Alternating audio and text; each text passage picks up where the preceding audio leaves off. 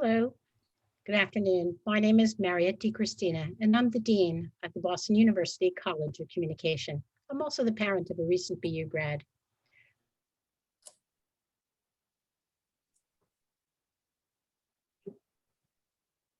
Working with Alums. COVID-19 has caused a great deal of uncertainty for seniors and graduate students entering the job market this summer. Luckily, summer 2021 looks like it'll be a much more active market than summer 2020. Really thrilled to host this incredible panel of alums who will share their advice on the right ways to network, build relationships, and pursue job opportunities. This event is being recorded and will be available later for viewing on COM's website and also on its YouTube channel. And when you have a question, please feel free to put it anytime in the little Q&A box at the bottom of your screen rather than in the chat. We're going to have plenty of time for your questions a little later in the session. Now it's my great pleasure to introduce our speakers.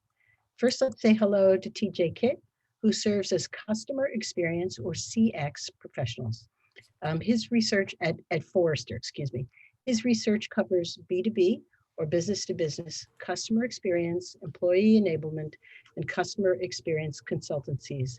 As part of his work on B2B customer experience, TJ leads Forrester's research on customer success management and helped create Forrester's B2B Tech CX Index. TJ's work on employee enablement looks at the organizational structures and technology portfolios needed to help employees deliver outstanding customer experiences. And TJ's coverage of customer experience consultancies focuses on how these firms build practices to support CX transformations.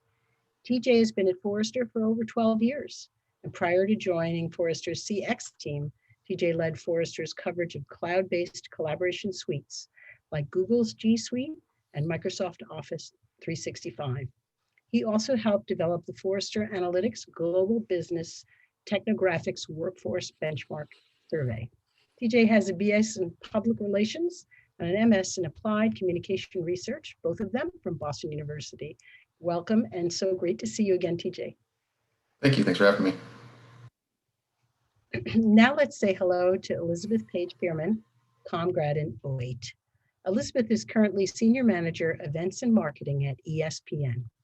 In this role, she oversees live events, audience engagement, and social strategy for ESPN's audio division, including ESPN podcasts and ESPN radio.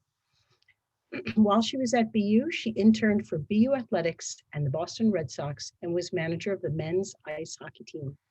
She served on the boards of ComSTA, the Com Student Assembly, and Programming Council, and worked as an orientation student advisor and Com peer advisor. I was too, by the way, Elizabeth, back in the day. She was a magazine journalism major with a minor in American Studies, a Com Blue Chip Award recipient, and Scarlet Key Honor Society inductee. She received her MS in Integrated Marketing Communications from Northwestern University's Medill School in 2015 as well. Welcome to you, Elizabeth. Thank you so much for having me. So great to have you. And now I'd like to welcome Sam Howe, who is Senior Vice President with Burston Cohen Wolf's BCW Corporate Practice, leading corporate affairs and reputation management initiatives for large-scale enterprise clients across North America. Sam is a member of the Corporate Practices U.S. leadership team, representing the firm's Northeast region, and sits on BCW's North American Business Development team. Sam has served as a trusted counselor to C-level clients during the global pandemic. Prior to his current role, Sam was deputy of MSL's U.S. Crisis and Issues Management Practice and began his career as a member of Fleishman Hillard's Reputational Management Practice.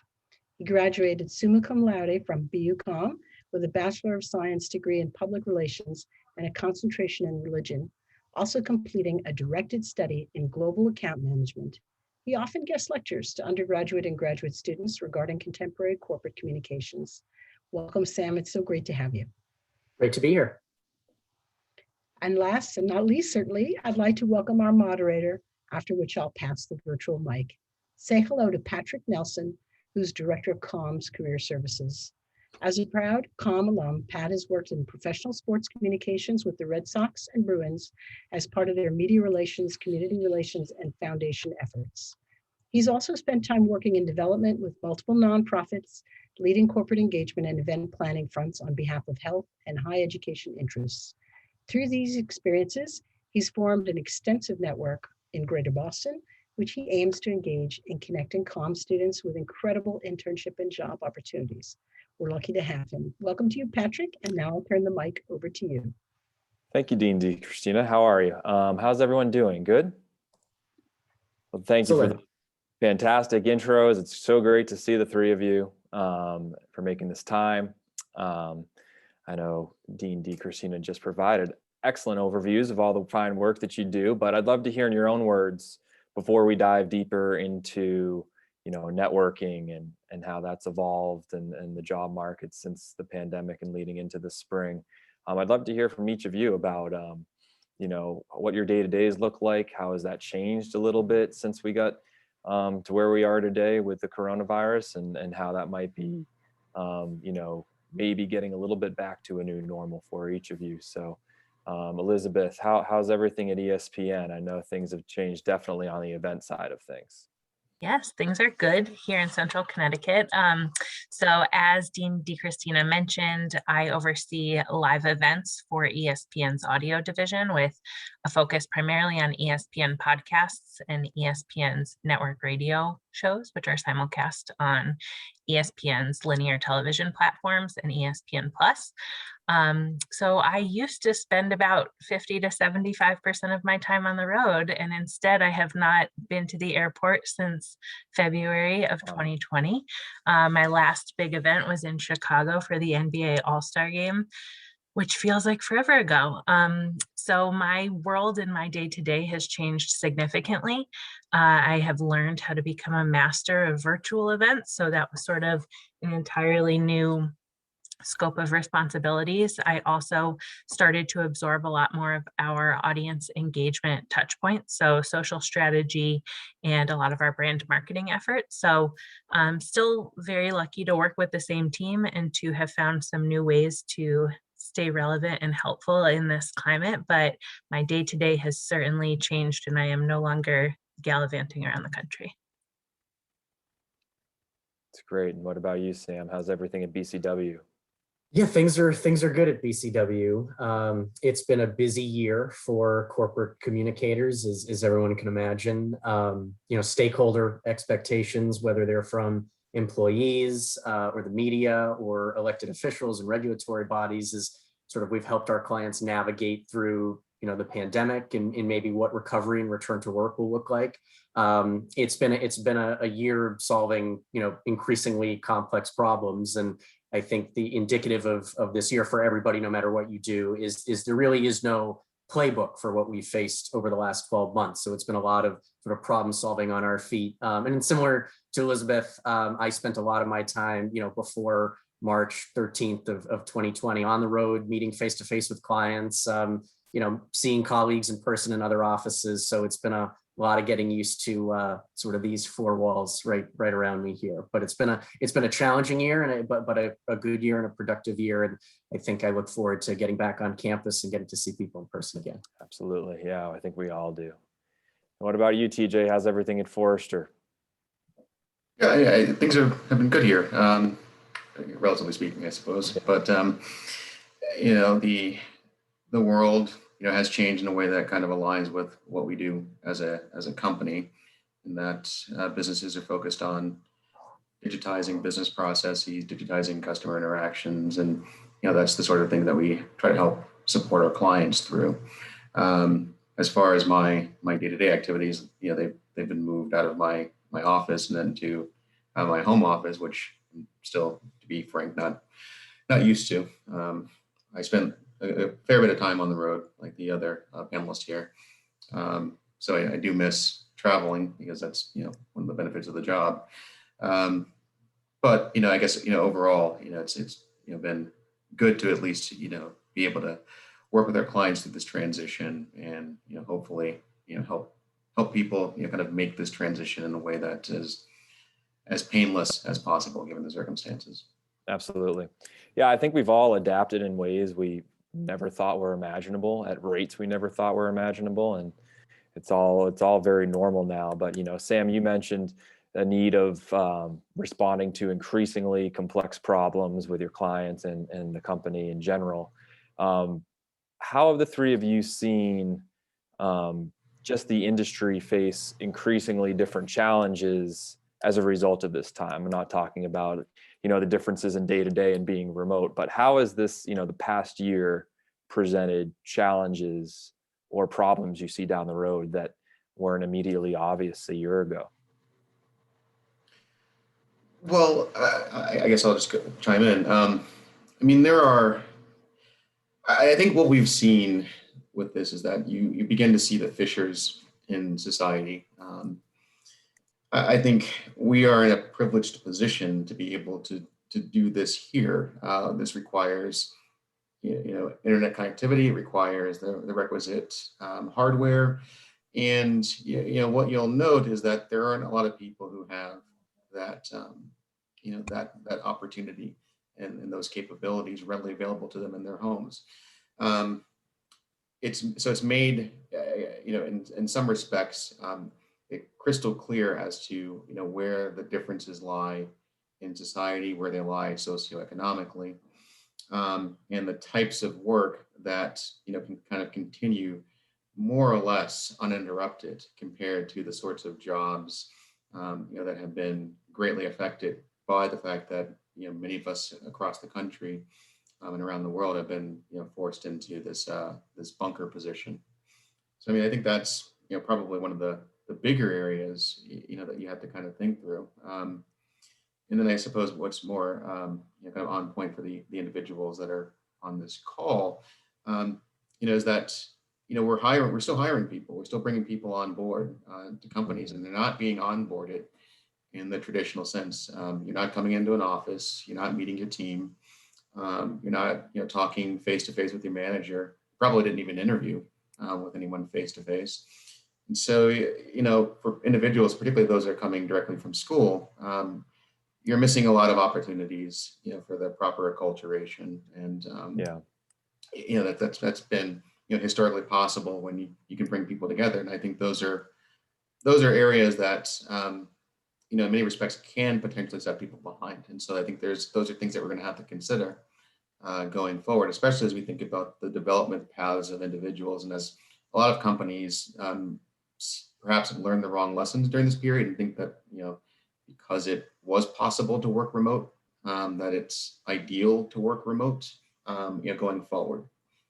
Sure. And that's a very valuable perspective. I think, we're in a privileged position in many ways, and off of what you were saying, TJ, and there's still a lot of positives that are happening, and companies are hiring, and, it's up to us to make the most of it and make a positive contribution to each other. What about you, Elizabeth? Yeah, I think that more from an industry and less from an infrastructure perspective, we're seeing a lot of change in the audio space specifically. People are no longer driving to work and listening to the radio and things like that. So that has changed people's consumption habits, which, working for a media and entertainment company, that certainly has had an effect on us. And so we've thought differently about how we are engaging with people. Obviously, a Zoom live event isn't the same as grabbing your friends and grabbing a dinner and going out to a theater and watching a live podcast with 300 to 500 of your newest close friends, which is what I would typically execute from an event production perspective. But kind of making lemonade out of lemons, it's been great because we've been able to remove geographical barriers and financial barriers and been able to reach a larger scale of people in a different way. So trying to look at what the circumstances are and get creative and how that can be beneficial to us has been fun and challenging and exciting. Great. And I think that's a great transition into, how networking is evolving and internships and entry-level opportunities right now. I'm sure the three of you have touched on interns in your own companies very differently, whether you still have them right now or have decreased the amount. But I'd love to hear a little bit more, and I think our audience would love to hear about how those experiences have gone and what does success looks like right now in terms of interns or entry level hiring, and how are expectations changed or shifted?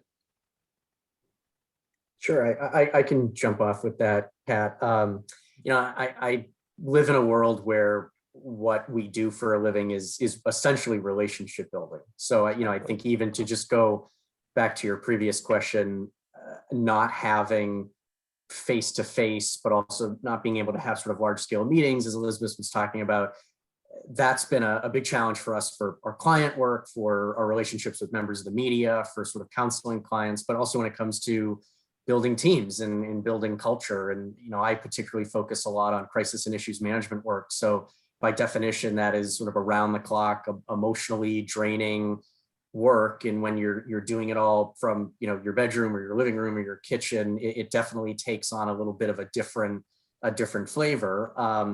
And I think it's sort of led to two things. One is there's no structures inherent with an office. There's no sort of big corner office, and none of us are wearing blazers. So you take away some of those three-dimensional things that I think creates a hierarchy. And I think positively, it's created a much more flatter organization. We're all just sort of people on a screen, and there's more focus on the quality of the work, not necessarily who is maybe most impressive in a particular meeting or, physically impressive or intimidating in some way or something. There's a focus on the work. And I think when it comes to, our internship program, we had a wonderful intern from BU this past summer. And I think sort of the solution to the problem was just laying it on the table that this is not business as usual, that, we're going to do our best to build a culture and make this work from me sitting in my bedroom, and you're going to do the same in your bedroom. And I think just acknowledging that this is, and, this is the adjective that everyone hates, that we're living in unprecedented times. As much as we're all sick of hearing that, it is true. So, breaking the fourth wall a bit and going this is weird, isn't it? I think has helped us build a culture and was helpful for our intern program as well. Anything to add, Elizabeth or TJ, on that note? I think, Elizabeth, you had mentioned earlier about how geography is no longer a challenge. I don't currently typically have any intern rotation in my current position, but our podcast content partners, our digital audio team, just posted a summer internship for this year for rising juniors and seniors. And for the first time ever, that is 100% remote. And so if someone maybe in the past didn't have the ability to relocate for a summer or didn't have family or friends that they could stay with somewhere, that might have prohibited them from being able to explore an internship opportunity. And so again, going back to sort of removing those geographic barriers, I think that's kind of exciting because it opens up a lot more opportunities when having to relocate or move to a certain city that you might not be familiar with, maybe can't afford to live in right now. When that's off the table and it's just about the opportunity, I think that there are a lot of doors that can be opened that might not have been previously.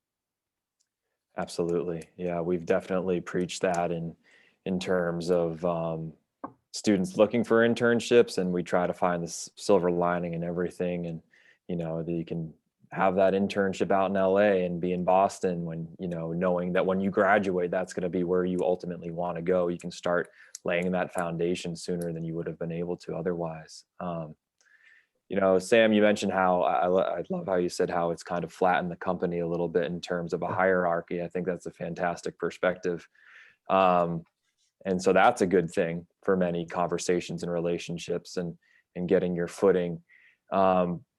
In other ways, you can't walk down the hallway and have that quick little conversation where you gain that quick knowledge or perspective. And how do you think students or new hires can make up for losing those little nuanced experiences and try to be more available or feel more connected during these times?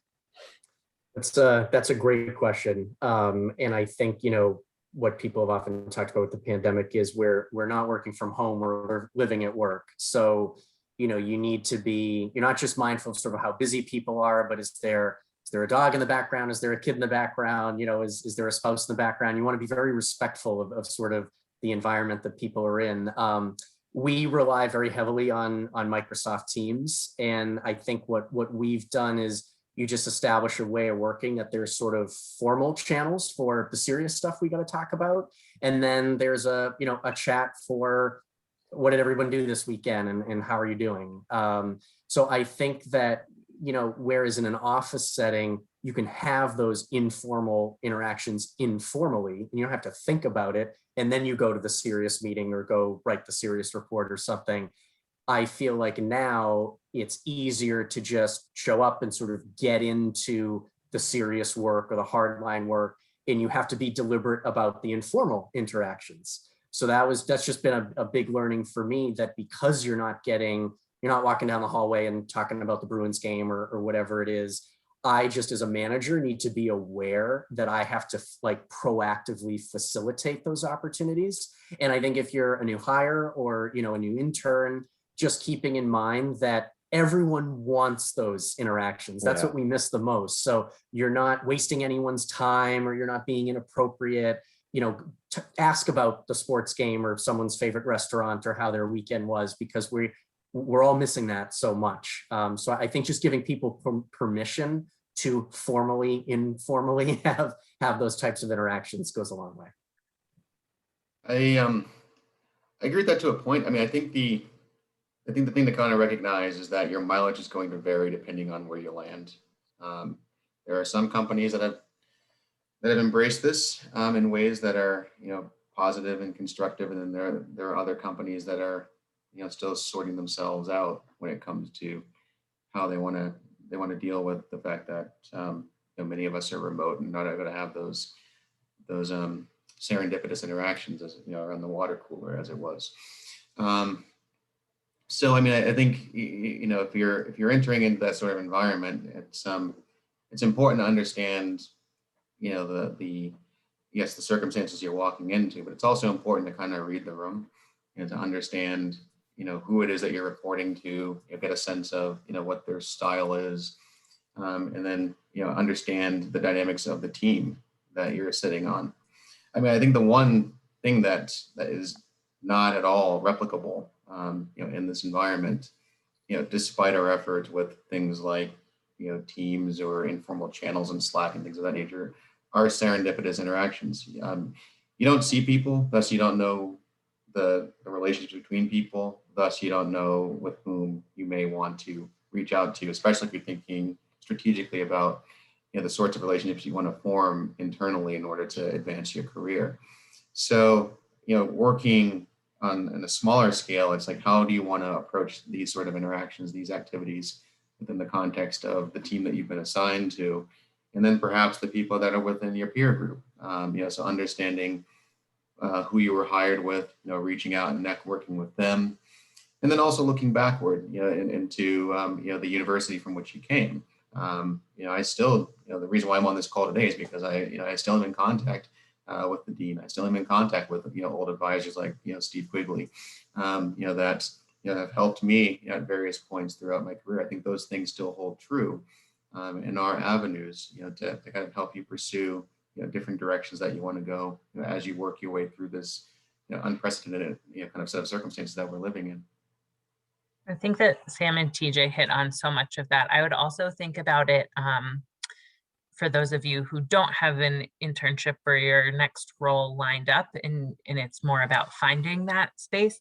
I think one added benefit, and I'm certainly not speaking for everyone, but when I was in the office at our headquarters in Bristol, it's sort of open concept and I don't have a ton of privacy, and I might be hesitant to grab 30 or 45 minutes with someone on the phone for a networking call. But now that I have the privacy of my home office, I feel like I personally have a lot more flexibility when it comes to networking and having informational conversations and things like that. So again, that's kind of looking at it from a bit of a different angle, less about the workforce that someone might already be a part of and more just about the networking aspect. But I think that that has been sort of an added benefit of having a bit more privacy working from home.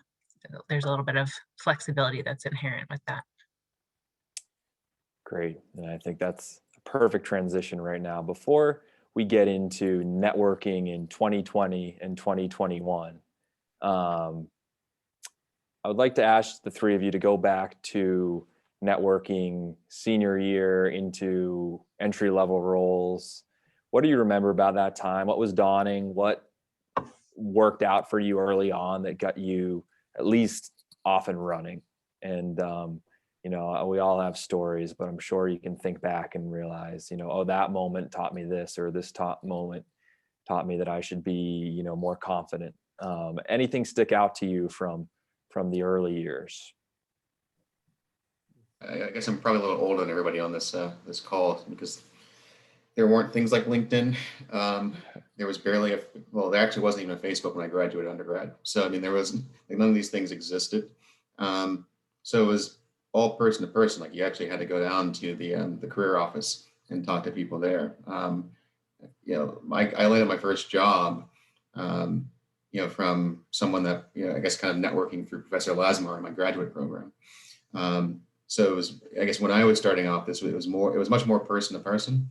It was, you know, figuring out, you know, who knew whom, and, you know, kind of working, you know, that sort of phone tree to kind of find the position that you wanted. Now, when I left my first job and, you know, kind of went over to Forrester, you know, the way that I landed there was, you know, through football. You know, I was playing football with some guys that worked over at Forrester, and, you know, kind of just let it be known that I was looking for a new job, and you kind of, you know, ended up in the pipeline there.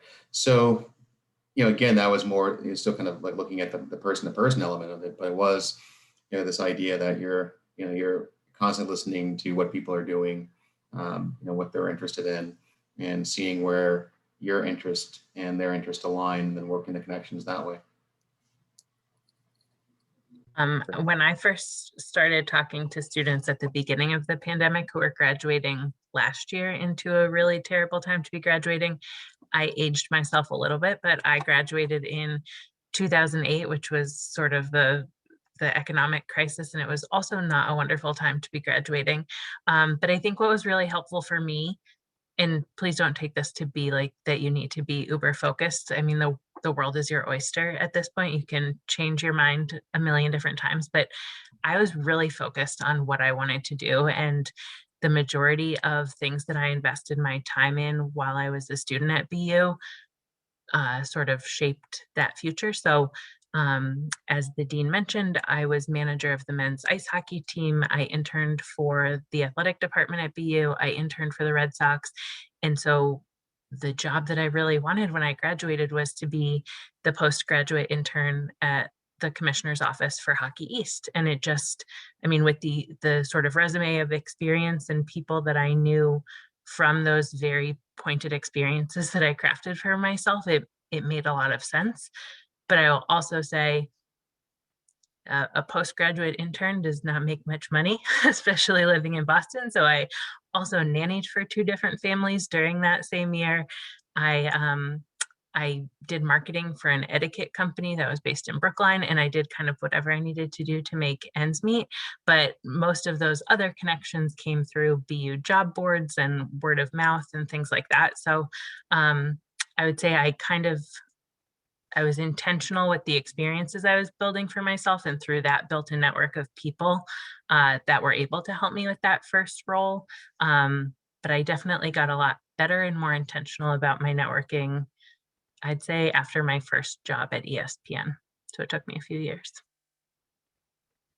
I think what I tried to do, and I too used the career services office, and I promised we weren't paid to say that, but I did use the office to help me with my resume, to tell me what internships were achievable for me. I think that was big.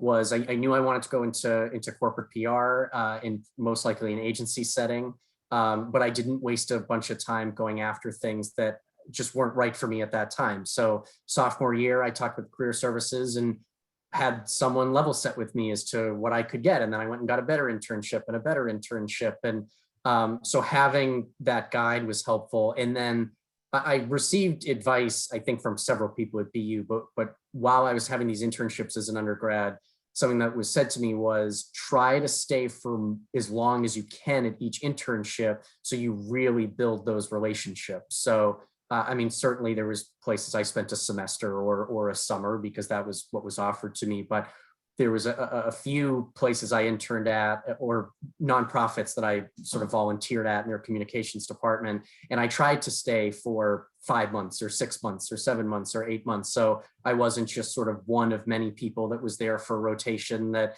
made copies and was in a few meetings. And I tried to be a member of the team. And I think at the time it was a little intimidating because everything's so competitive and we want to get a million internships and meet a ton of people. But I think in summary, I met a few great mentors and just focused on them and built real relationships. And in the long run, that was better than trying to meet everybody in New York or Boston that was in the PR scene that had a connection to BU and sort of spread myself too thin from a networking perspective. A lot of great points there, for anyone on the call, student or alum, or that LinkedIn is scary to you, TJ didn't even have it. Elizabeth, you talk about the post-grad internship, and our office never says, when you graduate, a solution can be an internship. However, during these times, if you think it's a strategic advantage to find an excellent internship somewhere that is at a dream company of yours, and you have the means and the support and ability to, why not take a stab at it and see if that's your foot in the door during a challenging market? And Sam, I thought those are great points about, going 6 months, 8 months and establishing yourself and making yourself available and indispensable in many ways. And so going from there, networking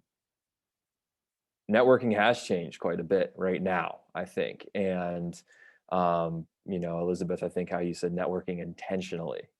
How would you advise that, students use these tools that they have, alums use these tools who are looking to make transitions or advance their careers? I'm sure there's plenty of alums on this call who were, working in one industry and seeing, new challenges presented in light of the coronavirus. How do you think it's the best way possible to not just build relationships and establish them, but continue to grow them organically so that, when things turn around in certain ways, they can be impactful and beneficial for everyone? So my favorite piece of networking advice, regardless of pandemic or not, is never dig a well when you're thirsty. So the time that a job pops up that you're interested in is, sure, it's better than not reaching out to someone, but that is not the time to be laying the groundwork for a long-term relationship. Start doing that with fields or companies or people that you're interested in when there's really nothing in it for you to begin with. Because I think that when it comes to networking, relationships trump favors, if you want to call them that, 10 times out of 10, 11 times out of 10. So you want to, when I talk about networking intentionally, it's about reaching out to people months, years before there is an opportunity and just learning about them, what they do, what their company does, what the culture is like there, and just build a relationship and have an interest in people. And if there's any way for it to be a two-way street, that's great too. But that's my thing that I always keep in mind. And so that's perfectly fine to start networking with someone right now, even if there's not a perfect opportunity there. Get to know people, build relationships, and lay that groundwork as early as possible. An excellent point. I think whether you aren't happy with your job, you love your job, you're looking, you're not looking, you can always be thinking about who to connect with, where are places that I'd like to learn and grow from. And the sooner you build that relationship, the more organic and sincere that relationship ends up being. And so folks will be more willing to help. And not even that they're more willing to help, but the help that they'll be able to give you down the road will probably be more what you're looking for. What about you, Sam or TJ? Well, go ahead, TJ. I was just going to say, I think, to Elizabeth's point, it's not just that you're drilling, the well in the prosperous times, but you're also open. I still don't know what I want to do when I grow up. So I think it's still important, to kind of, not become so laser locked on trying to build your network around a specific job or a specific industry, because you can wind up in any place. When I matriculated, I was a print journalism major. I wound up graduating with a degree in public relations. I wound up graduating another degree in applied communication research. And then I wound up working at different consultancies until I wound up at Forrester. None of those things were planned. Those were, just because I met people that were doing interesting things, I wound up kind of working, in those places. So, keep an open mind and don't pass up an opportunity to learn something. Especially now, like if you're, still an undergrad or, you're still a student, but even if you're an alum, like you should be a lifelong learner. And so if there's an opportunity to kind of interact with somebody or to gain insight from somebody who's doing something that's, is interesting, but may not be what you're interested in doing now, at least like kind of file that away, put that in your back pocket, because they can be a door opener for you in any number of ways. So just kind of keep your options open as you're talking with people. Yeah, and I would add to that, obviously if you're a student that's looking for an internship or an entry-level position, this is maybe less applicable. But even if you're entry level, to TJ's point, or a couple years out, I think people tend to try only to network with people that are like quote unquote more senior than them. And I also think that sometimes is a mistake.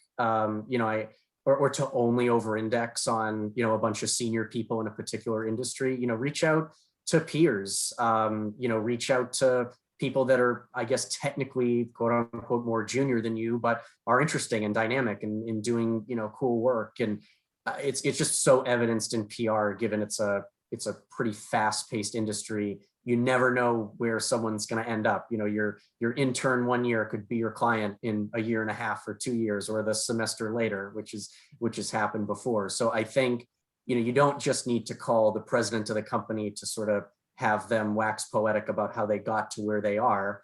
As highlighted particularly by what TJ just said.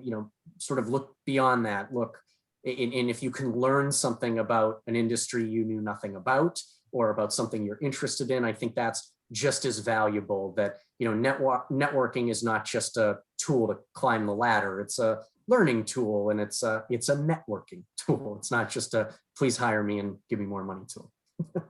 Yeah, always be networking. You never know what will come out of it, and the more we do it, I think the more comfortable it gets and the more strategic we can be.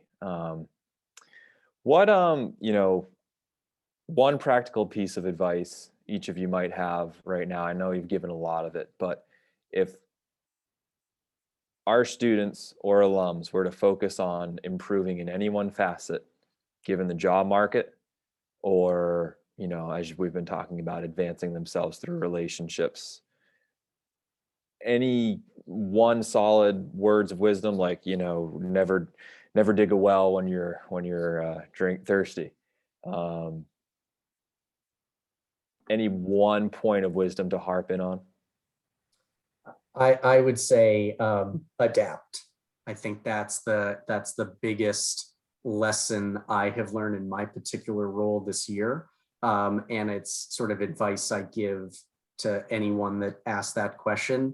You should, I once actually turned, we're here at BU virtually.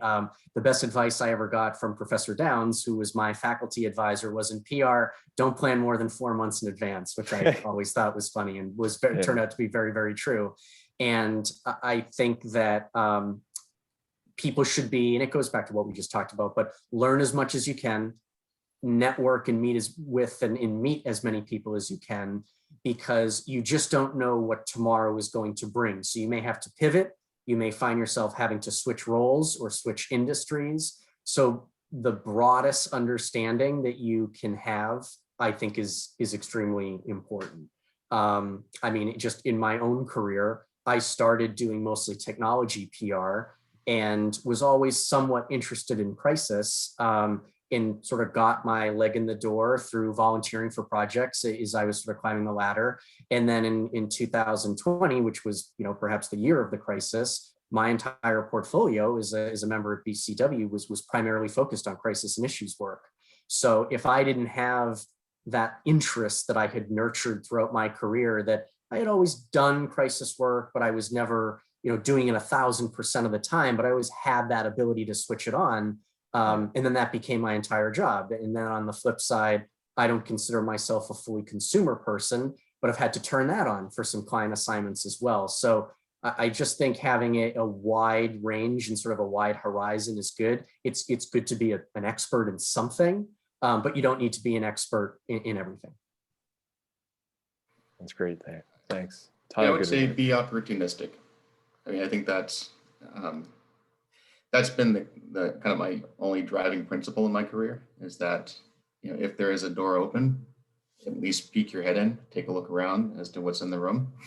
I mean, I think people miss a lot of opportunities, you know, when they define themselves narrowly. Your degree is a piece of paper that signifies that you were able to stick to something for 4 years. It's not what defines you. It's not your only skill set. And so if you kind of think about yourself as a well-rounded person, which is what, you know, the 4 years at the academy should have done for you, you know, then, you know, there are a lot of opportunities out there for you. There's a lot of doors that are possibly open. And so when you're looking at networking, again, it's not about that focus or that drive, you know, unless it's really what you're passionate about, you know, on that one particular thing that you studied at BU. It's about, you know, what do you think is the best fit for you based on, you know, what you think you bring to the table. And if it's not what your degree says that you're capable of doing, you know, so be it. You know, as someone who has worked as a hiring manager, what you're credentialed in it matters less than, you know, what you actually are as a person and what you bring to the table. Great. I love that. I feel like I gave my big nugget of advice with that quote before. But since this talk is focused on networking, I will stick with that theme, though I agree with so much of what Sam and TJ have just said. It's a little bit general in that I think, generally speaking, most people want to help. And so reaching out to someone, I still do this, and I'm over a decade into my career. I'm like, I don't know, will they think I'm weird? Is this awkward that I'm reaching out to this person? Either they're not going to think twice about it and they'll move on with their day, no harm, no foul, or you'll be very pleasantly surprised and people want to help you. And in my experience, people generally want to help. And so I think not second guessing yourself and just being willing to put yourself out there to start those conversations, I would encourage everyone to do that and have a little confidence and a little faith in other people that it will go well. Excellent. Yeah. I would add to that very quickly. I totally agree with that, Elizabeth. And I think that people, it's very humbling and flattering to be asked for your advice too. So, I mean, we all sit on Zoom calls in today's world all day. This will certainly be the most fun one that I was on today. So it's just as much fun for us to get to talk to, someone who's interested in what you do, that maybe wants to do what you do for a living. Sometimes it's a much needed reminder that, maybe I do have a cool job. Okay. So I couldn't agree more with that, Elizabeth. I think that people not only want to help because they want to help and they're predisposed to doing that, but it's flattering and inspiring and engaging to talk about how you got to where you are and to have your advice sought. It's fun. It's a good way to spend 30 minutes. Great. Excellent. So be opportunistic, be adaptable, and you miss 100% of the shots you don't take, right? So says Michael Scott, says Wayne Gretzky, or the other way around. Exactly. One last question from the formal panel before we dive into the Q&A in the queue here, but any surprises from this period? What is your surprise moment of this time? What opportunities now exist for students that you think might not have existed earlier? I saw all of this coming, so nothing surprised me. No, I think, to go back to what TJ had said, he graduated when there was no LinkedIn. How great is it that as a student now, or anyone now from a networking perspective, you may not get the meeting, but you can reach out to the person that you want to meet with. I mean, if you're a student right now and you want to reach out to someone who's in PR, let's say, because that's what I know the most about, you could be connected to every senior person at every major agency in any city in 4 seconds on the internet. And I think that we all now live so much online that, not that there ever was, to Elizabeth's earlier point, like, you know, it was never weird to reach out to someone. The worst they can do, they move on with their day. The best, you get the meeting. But now it's almost expected. It's part of our optics of just living digitally all day long. So we all sort of live in this, not to get too sciencey or philosophical, but we all live in this interconnected environment now where we're sitting in our homes or our home offices or whatever it may be. I think that's the greatest opportunity for students and anyone looking to network, that you can reach out to people through the power of the internet. And on the other end, they're expecting you to reach out. You know, it's part of our responsibility, the three of us, I'm sure, at our various companies, to be on the other end and be good ambassadors of where we work and the types of cultures we're looking to build among our teams. So I think, though, going back to sort of just the concept of networking, though, yes, I can't meet you for a coffee right now, or there's sort of those barriers, I would actually argue networking has maybe in some aspects never been easier than it is right now, because I'm not, as Elizabeth said, going to catch a plane. I'm not stuck in a client meeting trying to race downtown. I'm here all day long. And, you know, not to say we're not very busy and have lots of things to do, but I think people are more inclined to this. Let's hop on a Zoom call. Let's hop on a phone call. It's just a normal part of everybody's day now. So there's a lower barrier to entrance to networking in some aspects. Great. I think that just in terms of things that have surprised me, how quickly technology has caught up to where we are. And so, to Sam's point, how that helps people do their jobs or network or meet people. 6 years ago, I was working in diversity, inclusion, and wellness at ESPN, which was a function of human resources. And I remember if we were trying to have a VTC, a video teleconference, with our colleagues in Burbank at Disney headquarters, it was like you had to rent a certain room, and there was like, now I hop on Zoom on my phone if I'm like sitting in my car waiting for something. And so just the fact that it's become, I mean, Zoom has become a verb, and I didn't even know what Zoom was 13 months ago. So I think I've been pleasantly surprised. And of course, there are so many benefits that can be reaped because of this technology, but how quickly it's become available and adopted and just widely used has been a surprise, but great to see. I mean, there's not much more I can add to what's already Sure. been, kind of stated. I mean, I think just generally, I mean, I guess the surprise is how, I mean, seamless is probably the wrong word, but like how smoothly the transition has been for a lot of organizations to, this sort of environment. If you haven't been out in the working world, there is this theory of management about line of sight, which is that your manager needs to be able to see you in order to properly manage you. And there have been a lot of organizations that have been disabused of that notion that is a necessary way of managing employees.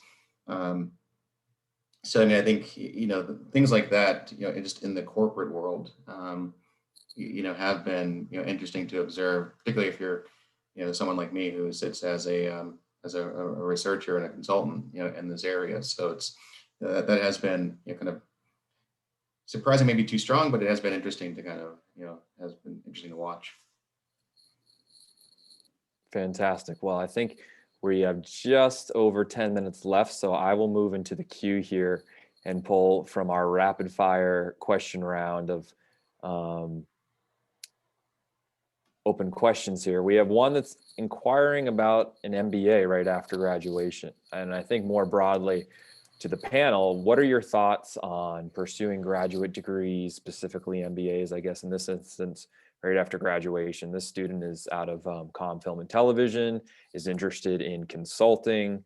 I always tell consulting students that they need to be an expert at something in order to begin consulting on it.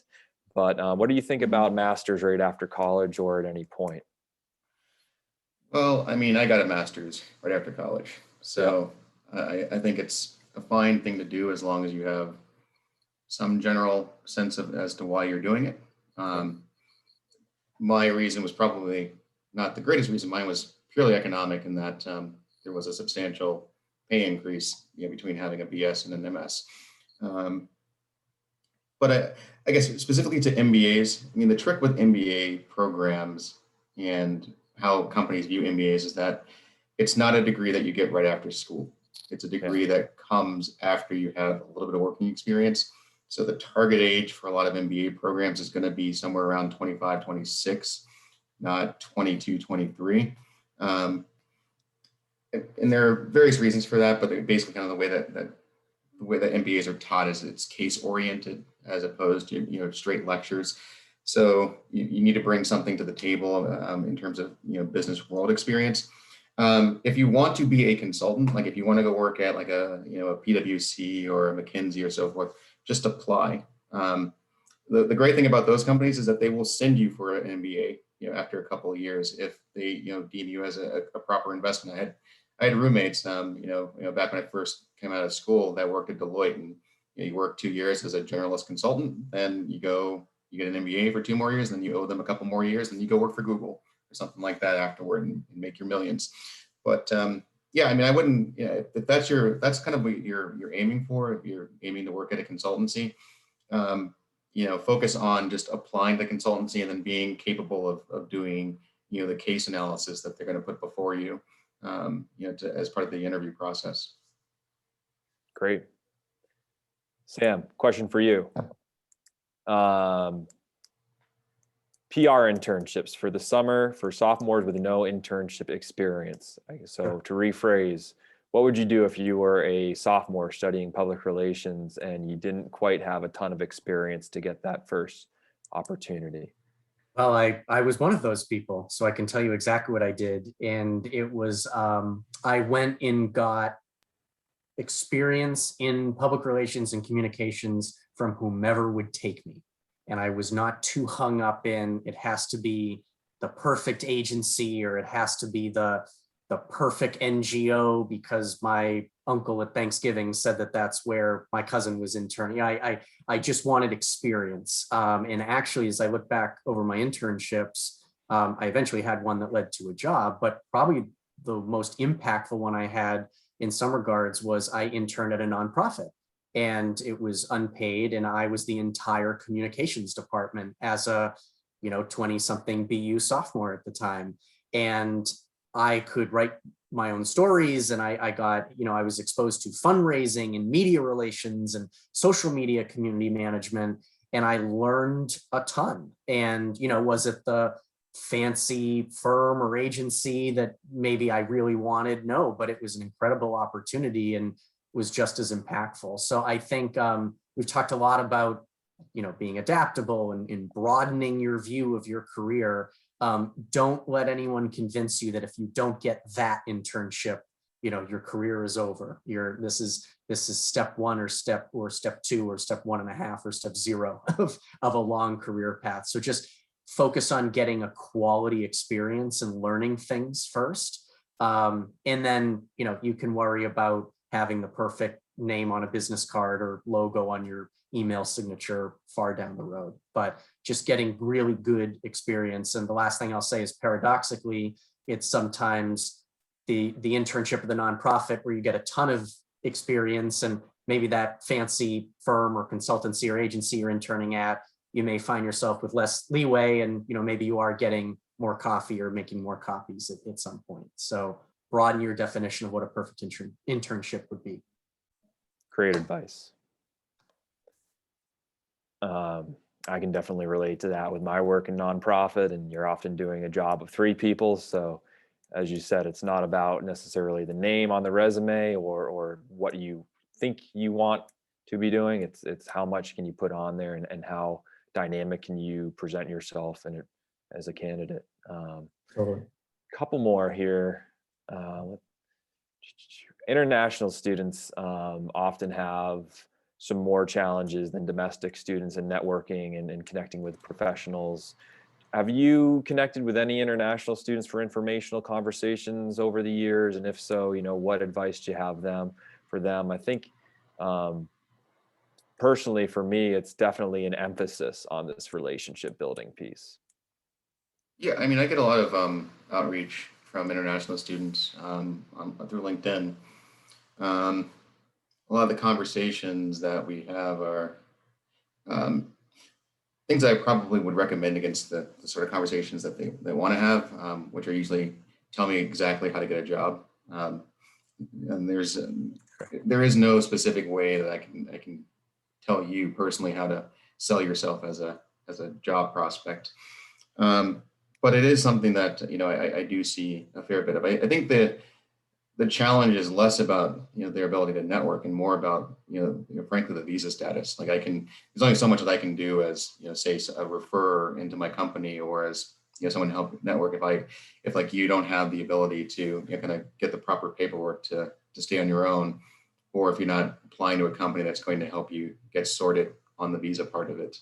And then there's also kind of limitations. Like I don't have like a lot of insight into the job market, say in Asia Pac, or even Europe for that matter, except for kind of some of the things I'm privy to in Western Europe. So there is that bit of it, kind of understanding where it is that your job opportunities are going to lie based on your visa status and what you're looking to do going forward.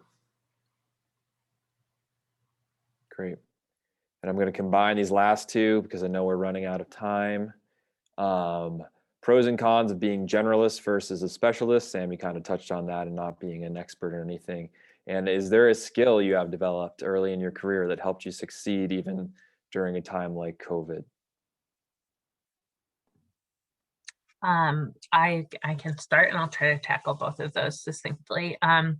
The specialist versus generalist thing, I think about it all the time. As my career has gone on, I've become a lot more specialized, but it has really inspired me in terms of where I want to go next and what I want to do, and kind of making a name for myself in this very niche space. But then there are times where I wonder if I'm painting myself into a corner. So I think it really depends on how specialized we're talking and where your passions and interests lie. I think that it's always great to be well-rounded, but if there is something that lights a fire within you, by all means, go work hard to be the best at it.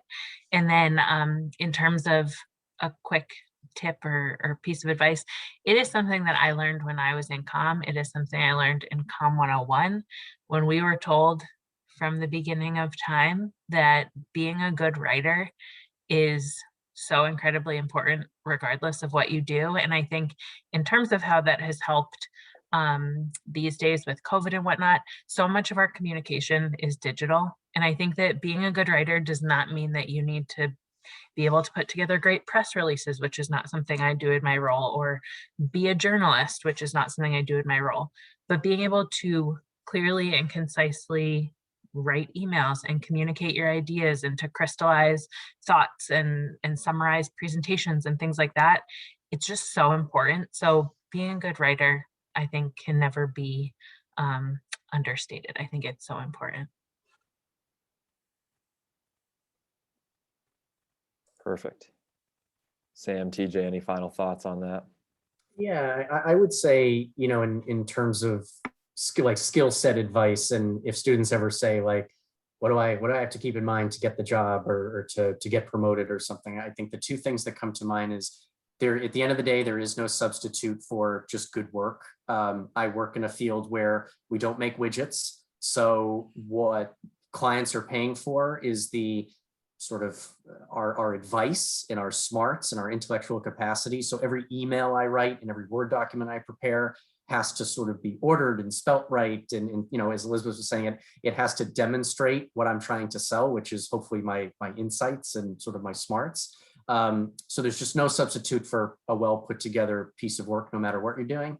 And then the second idea I have is you don't need to at all sort of get in the weeds of office politics, but to TJ's earlier point, being aware of sort of who holds influence in a particular organization and why do they hold influence and what makes a culture work. I think people often say, well, either got to be the office gossip or I just keep my head down and don't deal with any of it. I think the answer is really in the middle, that you need to be aware of who's friends with who and who's not friends with who, and then sort of pick your spots to appropriately engage. I guess my really quick point is just be able to contextualize information. Like the value that anyone's going to bring, especially in a knowledge job, is not just that you can pull a report, but that you can explain why what it is that you're saying is relevant based on what's going on in the broader world. It doesn't really, again, this crosses industries, it crosses job types, but the person that can actually make sense of what's going on is the person that is valuable. So being able to do that is important.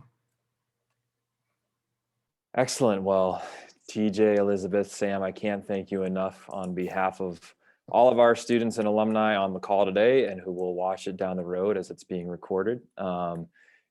It's been a very challenging time for everyone, and I think hopefully we're beginning to come out of it, but your insight and perspective into your worlds and into theirs is very, very helpful and appreciated. So thank you for carving the time out of your busy work weeks today to be with us.